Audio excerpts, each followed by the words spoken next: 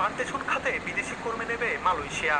Manual পদ্ধতিতে চাহিদাপত্র সত্যায়ন করার ঘোষণার মধ্য দিয়ে বন্ধ থাকা কলিং ভিসা পুনরায় চালু করল দেশটি। মঙ্গলবার এক বিজ্ঞপ্তিতে এমন তথ্য জানিয়েছে মালয়েশিয়ার বাংলাদেশ হাইকমিশন। বিজ্ঞপ্তিতে বলা হয়, মালয়েশিয়া সরকার নতুন করে প্লান্টেশন সেক্টরে বিদেশি কর্মী নিয়োগের সিদ্ধান্ত নিয়েছে। দেশটির সংশ্লিষ্ট মন্ত্রণালয় কর্মী নিয়োগের কোটা অনুমোদন করা শুরু করেছে। বিজ্ঞপ্তিতে কর্মী নিয়োগের চাহিদাপত্র সত্যায়নের জন্য অন্তত 15টি তথ্য জমা দিতে অনুরোধ জানানো হয়। এর মধ্যে কোম্পানির অনুমোদনপত্র, সত্যায়ন ফির মূল ব্যাংক স্লিপ থাকতে হবে। সরকারের এমন সিদ্ধান্তে খুশি দেশটিতে থাকা প্রবাসী বাংলাদেশিরা। তবে দালালদের মাধ্যমে না এসে ভালো কোম্পানি দেখে সরকারি নিয়ম অনুযায়ী মালয়েশিয়ায় প্রবেশের জন্য সতর্ক করেছেন তারা।